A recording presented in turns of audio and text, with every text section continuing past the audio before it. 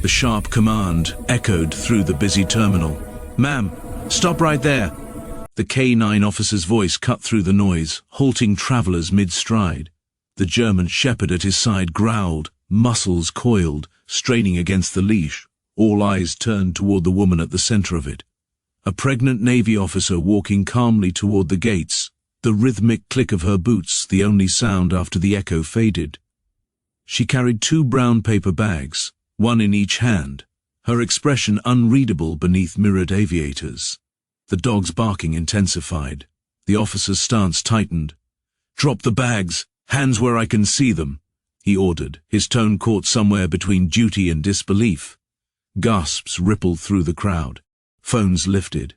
The woman stopped just short of the K9's reach, posture steady, uniform immaculate, medals gleaming in the artificial light, her nameplate read Tarot. "I'm not a threat," she said evenly, her voice calm, deliberate. The officer's hand hovered over his weapon. "That's not what my dog thinks. He's trained to detect explosives. You need to step back now." For a moment she said nothing. Then, with the kind of patience learned only through experience, she lowered both bags onto the polished floor. "Lieutenant Commander Evelyn Tarot," she stated firmly. "U.S. Navy SEAL Clearance Echo 6. I'm on medical leave." Her eyes softened briefly. Pregnant, not dangerous. Still, the shepherd's instincts didn't waver. It circled the bags once, twice, then sat abruptly, back straight, alert. The universal signal of danger. The tension in the terminal snapped tight. TSA agents shouted into radios. Barriers went up. Families were ushered away. The woman didn't move. Her composure held as alarms echoed faintly through the corridor.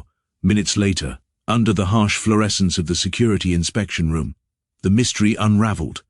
Inside the brown bags lay a sealed metallic container, several gel packs, 2 syringes and a small envelope stamped confidential, military DNA unit.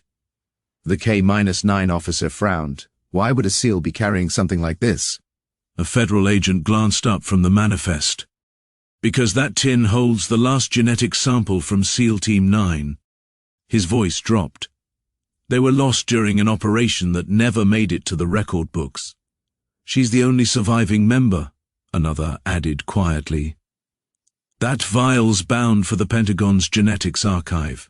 Temperature sensitive, irreplaceable. If it warms up even a degree, it's gone forever." The officer looked at the table, realization setting in. She was carrying her team, he murmured. The medic on scene confirmed the rest. 36 weeks pregnant, cleared for travel, only under her own responsibility. She shouldn't even be flying, the medic said softly, but I suppose she didn't trust anyone else to deliver it. Later, back in the quiet terminal, Commander Tarot sat on a bench beside the same dog that had stopped her. Now calm, the shepherd rested his head on her boot.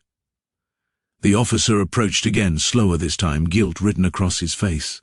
"Ma'am, I didn't know." She didn't look up. "You reacted the way you were trained. You did your job." He hesitated before sitting beside her. What was in that vial? It meant that much.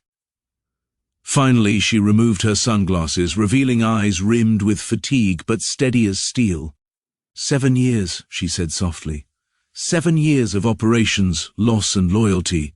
That DNA's all that's left of the people who had my back when nobody else did. I wasn't going to let it end up in a shipping crate. Silence hung between them for a long moment before she added, almost to herself, "You were right, though. The dog did sense something.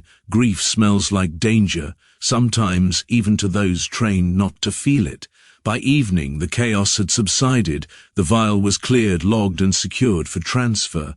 TSA lifted the lockdown. Passengers filtered back in, murmuring about the pregnant officer with the bags. When Commander Tarot finally rose to board her flight, several officers stood quietly as she passed. No salutes, just nods of respect, unspoken acknowledgement of what she'd carried and why. As she neared the gate, the K-9 handler's partner tugged lightly at the leash, but the dog resisted, stepping forward instead, tail wagging once before brushing its nose against her gloved hand. She paused, giving it a faint, weary smile. "Good instincts," she murmured, before walking on. The officer watched her disappear down the jet bridge, the echo of her boots fading like a memory. She carried more than just those bags, he said under his breath. She carried an entire team. The dog let out a low whine, almost in agreement, as if even he understood that what he'd stopped wasn't a threat. It was a guardian protecting ghosts only she could still feel. Before you leave this story, tell us in the comments where you're watching from.